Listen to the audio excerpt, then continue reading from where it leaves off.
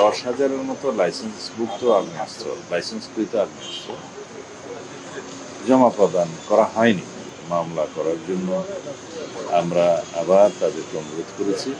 নির্বাচন উপলক্ষে যে সমস্ত প্রাক নির্বাচনের সময়ে লাইসেন্সকৃত আগ্নেয়াস্ত্র জমা প্রদান করতে বলা হয়েছিল জনসাধারণকে, সেই অস্ত্রগুলো এখনো ফেরত প্রদান করা হয়নি।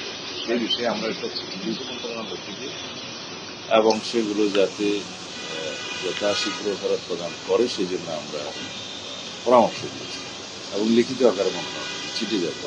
সেখানে কয়েকটি ক্যাটাগরি আছে। যে সমস্ত লাইসেন্সগুলো 2009 সালের 6 জানুয়ারির আগে ইস্যু করা হয়েছিল সেগুলো ফেরত দিবে। যে সমস্ত লাইসেন্সগুলো 2024-এর 5ই আগস্টের পরে ইস্যু করা হয়েছে সেই সমস্ত লাইসেন্সের অন্তর্ভুক্ত সেগুলো ফেরত দিতে। 2009 সালের 6 জানুয়ারি থেকে 2024 সালের 3 আগস্ট পর্যন্ত এই সময়ের ভিতরে রাজনৈতিক বিবেচনায় এবং নীতিমালা বহির্ভূতভাবে যে সমস্ত লাইসেন্স ইস্যু করা হয়েছিল সেগুলো যাচাই বাছাই করার জন্য আমরা একটা জেলা পর্যায়ে কমিটি করে দিয়েছিলাম ইতিপূর্বে। সেই কমিটির বিবেচনায় যেগুলো নীতিমালা বহির্ভূত এবং রাজনৈতিক বিবেচনায় দেওয়া হয়েছে বলে প্রতীয়মান হয়েছে তাদের কাছে, সেগুলো বাদে বাকি লাইসেন্সের অন্তর্ভুক্ত অস্ত্রগুলো ফেরত দিল।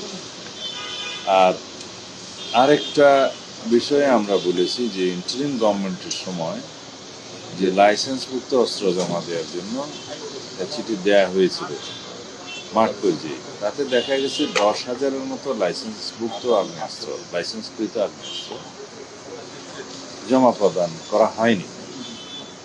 সেগুলোর বিষয়ে এই অস্ত্রগুলো উদ্ধারের জন্য এবং উদ্ধার করে সেগুলো বাজেয়াপ্ত করার জন্য, মামলা করার জন্য আমরা আবার তাদেরকে অনুরোধ করেছি এবং এই বিষয়ে কি গৃহীত ব্যবস্থা হয়েছে আইনানুগভাবে কতটুকু আমরা অগ্রগতি করেছি বা যেগুলো এখনো পর্যন্ত উদ্ধার করা হয়নি, বাজেয়াপ্ত করা হয়নি, সেই বিষয়ে তাদেরকে তৎপর হওয়ার জন্য অনুরোধ করেছি।